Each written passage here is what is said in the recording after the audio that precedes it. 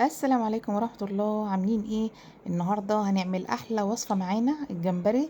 طبعا احنا عارفين سعر الجمبري مبالغ فيه. لقينا الجمبري ده قدامنا وسعره طبعا مناسب جدا، 100 جنيه.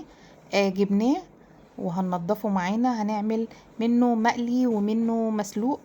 نضفنا نصه، شلنا القشر وغسلناه كويس جدا، وبرده اللي بقشره شطفناه كويس جدا، نضفناه وهنشوحه زي ما احنا شايفين كده في الحله بفص توم، معلقه سمنه. هنحط بس بقيه الكميه بتاعتنا كلها. طبعا اللي حابب يحط التوابل اللي هو حبيبها بتاعه السمك يضيفها. انا ضفت كمون وفلفل اسمر والملح، ما ضفتش اي حاجات تانية.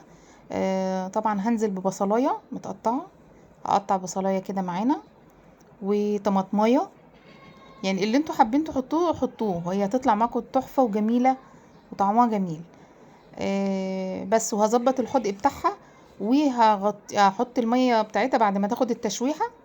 هضيف الميه المناسبه ليها وهسيبها تاخد غلوه وبعدين نطفي عليها.